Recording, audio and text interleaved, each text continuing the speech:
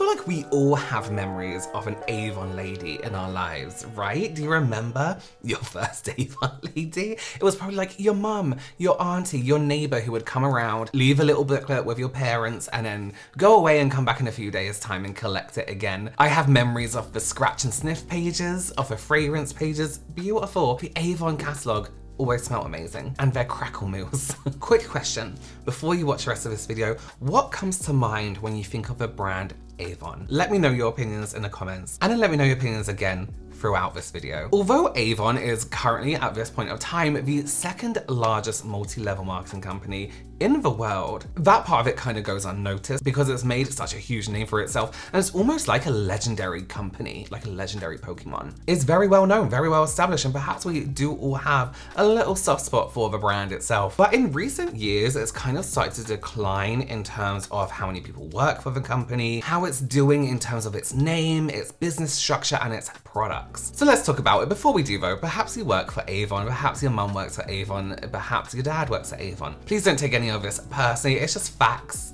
from online and from a book. Just before we get into it, do please consider subscribing to this channel, give it a thumbs up. And if you like this kind of commentary and reaction video structure, perhaps it's your favorite videos of mine, I do have another channel which I keep talking about, but I'm getting it off its feet. It's called RobertWLSH, and it's where I react and do commentary on things that aren't beauty related, so you can go ahead and check that out. I also want to give another shout out because in my previous multi-level marketing company, I featured some of my favorite creators in the multi-level marketing, like YouTube world, and I completely forgot to feature one of my absolute favorites, Savannah Marie. I don't know how I miss her out. She is such an incredible content creator. She's been doing these like really well produced videos recently, and her makeup's always amazing. And as I was adding people in when I was getting the clips, I was like, have I remembered everyone? Have I remembered? And I totally forgot her. So go ahead and check out her channel. I'll leave a link down below in the description box for you. Again, if you like this kind of deep dive content, her channel is exactly that, so go ahead and check that out. Okay, also credit to this book, Ding Dong Avon Calling. I don't often read, but I love makeup history, and I have a collection of like makeup history books, and this is one of them. As much as I don't like multi-level marketing companies, Avon did change the way beauty was done and beauty marketing was done. So it's part of makeup history, so I love that book. Did you know Avon kind of started like over 100 years ago? I didn't either, right, until I read this book. I thought it like started in the 50s. I have the Edward Scissorhands moment, and I was like, oh, it seems like relatively new. Avon calling. Weren't you just here? No, not since last season. Avon's founder is a guy called David H. McConnell. So he started working in sales way back in 1880. And he would basically go door to door selling books. Remember how like people would come to your house and try and sell you encyclopedias? Like that before Wikipedia and the internet existed. Well, before it was in everyone's home at least. So he started to realize as he was going door to door that people would give him more of their time when he offered them straight up like a free gift just to listen to him and his sales pitch for these books. So what he started to do was make perfume samples. He found a chemist that would help him make these fragrances. And what he found when he was selling these books during the afternoon, you know, it was his work day, as he was going door to door, every single person who answered the door would be a woman. At this point of time, it was very much women stay at home and do housekeeping, and men go to work, you know, and make money. And in a way, when it comes to like his book sales only, he kind of shot himself in the foot giving out these samples because people were more interested in the fragrance than they were his books. Beauty has always been a good seller. Beauty products have always been up there and unnecessary necessary, you know what I mean? So he kind of came around to the fact, he was like, okay, maybe I have something here with the fragrances, maybe I should focus on this, and he quit selling the books. He started his own fragrance company in 1886 and he called it the California California Perfume Company. He was based in New York though. I think he called it California because like each fragrance was named after like a different flower, and I think he wanted to kind of encompass the feeling of California and, you know, the smells, the fragrances, the wind, I don't know, you know, like that feeling of California in New York. you know? So the company changed its name from the California Perfume Company to Avon in 1928. For some reason, right? So the founder David named the company after Stratford-upon-Avon, which is where Shakespeare was born. It's in England. A place, if you ever come to the UK and you venture outside of London, because I know a lot of people come to London, Stratford-upon-Avon is what you think of when you think of Old England, and it's Shakespeare's birthplace. I think you can visit his school and his house. Correct me if I'm wrong. And it also goes for pronunciation. It's not pronounced Avon, it's Avon, so Stratford-upon-Avon. And also my research people were saying Stratford-on-Avon, it's Stratford-upon-Avon, just for to clear it up. An American probably back in those times who probably hasn't physically heard the pronunciation from an English person, Avon. Why would you not pronounce it like that, you know? So really, the brand is called Avon. So Avon is perhaps more famous for the Avon Lady. I swear Barbie did an Avon Lady Barbie. Let me just double check that. Am I making it up? Avon Lady Barbie. They did. That's how famous Avon was and the Avon Lady was. Barbie made a Barbie from it. So the Avon Lady is, for those of you who don't know, the person who back in the day, they would come to your door, you would invite them in and they would show you the fragrances, the set of fragrances that Avon had at that time, talk you through it, maybe sell you some. Nowadays, they just come to your door with a catalog and leave it there. Or I don't know how they work it online nowadays, but they'll give you the catalog and be like, listen, I'll be back Tuesday to pick it up, write down what you want to order and I'll get that order in for you, that kind of thing, right? Okay, I have to read this name. Persis Foster Ames Albee was the first Avon representative, right? She was basically co-founder of the way the company distributed the products and kind of led the company to its success in terms of distribution. So David McConnell, the founder, kind of realized that perhaps himself as, you know, a 50-year-old man, back in the day anyway, coming to people's doors and trying to sell these fragrances wasn't the best way to sell the fragrance. It's a fine way, but it's not the best way back in those days, in the 1800s, 1900s. It maybe wasn't the best way to market these products to women, should say, back then. So he figured out, surprise, surprise, the best way to market these products to women was using other women to sell the product. So Albee basically trained up all these people. She started with individuals, kind of training them how to sell these fragrances and you know, how to go door to door. And then she started training groups of people until there was like loads of Avon ladies. I wonder if it was annoying back in those days, if it was like the Jehovah's Witnesses coming to your doors or sending you those creepy letters. If any Jehovah's Witnesses is watching this, probably not, because they probably think I need to burn in hell. I don't know what they believe in. Don't send those really creepy letters to people. They're really terrifying. So let's jump forward quite a bit. After the World War, Avon saw a rise in women who wanted to help sell these products. They wanted their own kind of income. They wanted to make a little bit extra for their families. Times were kind of rough back then. And it eventually came to a point where obviously you have one Avon lady in this area, one Avon lady in this area, and then others join in between. You kind of have to start shrinking the territories where these Avon women distribute products, because otherwise they won't have anyone to distribute to. Overcrowding of Avon ladies. Huge pandemic. They started this advertising structure, Ding Dong Avon Calling, where they would have advertisements where the Avon ladies basically Avon Calling, and they'll sit down and look at all the perfumes and do this. Avon calling at your door, bringing beauty products and what's more. There in your living room, choose fine cosmetics and perfume. Choosing your fragrances the Avon way makes you a woman of many moods. Your personality changes with each scent you use. Let's see what Avon's Forever Spring does for you. The magical touch of Forever Spring puts you in the mood to sing. And if it's glamour that you want, try Avon's Elegance. Elegance, Avon's newest fragrance, is rich and warm. Makes you feel cherished.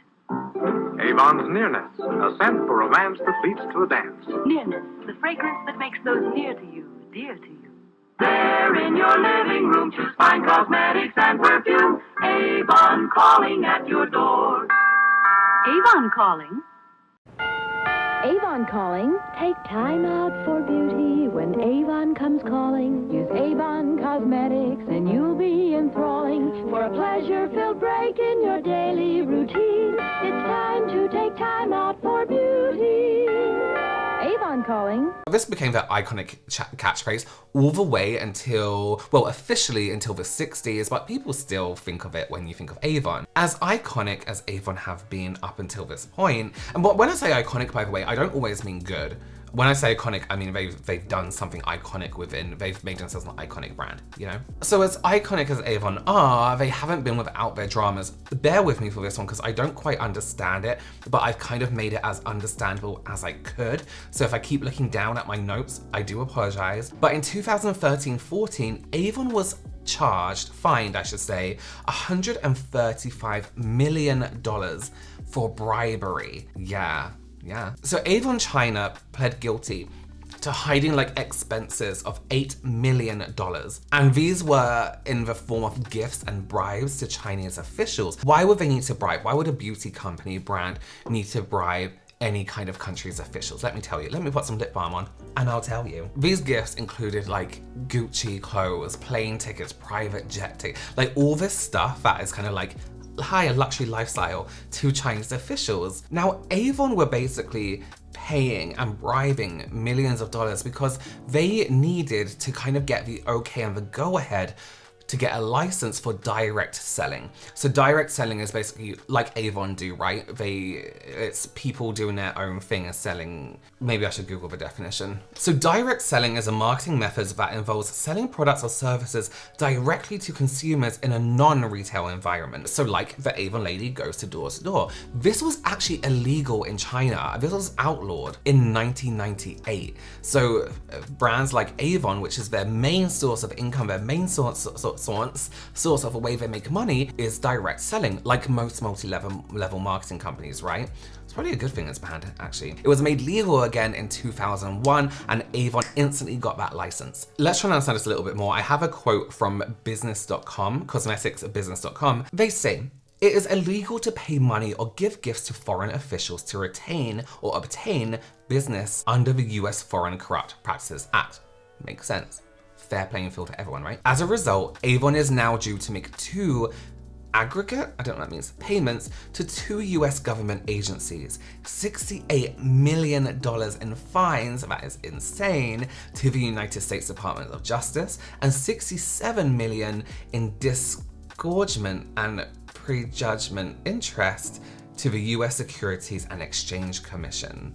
That's a lot of words. It's estimated that Avon has coughed up more than $300 million in legal costs as a result of the inquiry. Maybe what's kind of leading to the unpopularity of Avon in the modern day is the fact that they are a multi-level marketing company. Now, as I mentioned earlier, I have a whole video on what a multi-level marketing company is right here. Please go ahead and check that out. It's with the wonderful Chelsea Suarez, and I'll have it linked down below for you as well, just so you can find out what a multi-level marketing company is. It's basically a pyramid scheme disguised as like a business opportunity. They tend to prey on women and make them be their own boss and things like that. Now, Avon wasn't actually a multi-level marketing company. They didn't have this structure until the 2000s, somewhere apparently. So the multi-level marketing structure was introduced, which then allowed, we should say, the Avon ladies at the time to recruit people under them, which involved them having to purchase a starter pack. So you're paying for the rights to be involved in this business, and then the person at the top would make money from this person. When they recruited somebody, they would also make money from this person, and down.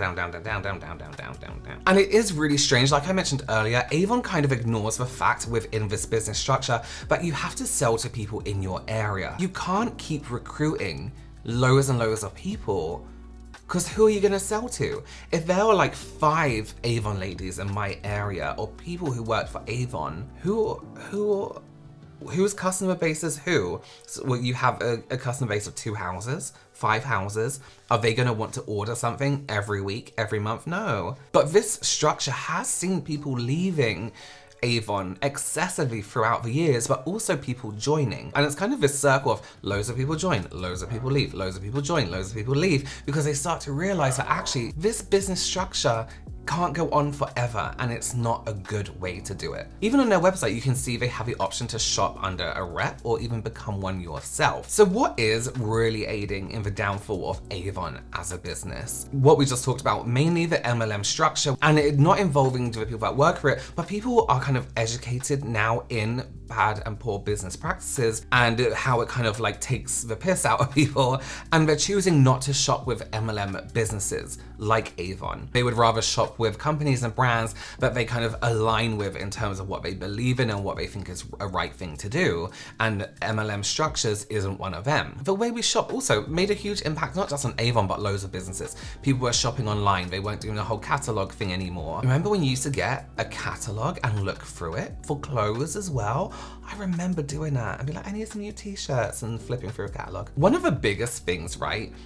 Avon as a name and as a business, when you think of Avon, you don't think of new, young, present day. You know, you do think of like Avon lady, your mum's friend, you know? It's very outdated, not because of anything they're doing, but just because of a name. The name is paired with that business model, that structure of a 1950s Avon lady. Catalogs, Avon catalogs, and in your mind you just think outdated, completely outdated. And as a brand, they did kind of refuse to move on in terms of, loads of brands did this, they kind of relied on themselves to be able to sell their product. They didn't feed into the need for influencers using their products, branching out and selling in third parties or department stores. On these department stores' websites, you know, things like Sephora, Beauty Bay, all these people that have multiple brands who actually help advertise your products for you, they didn't branch out in that way. They have very recently. They actually now sell in Superdrug here in the UK.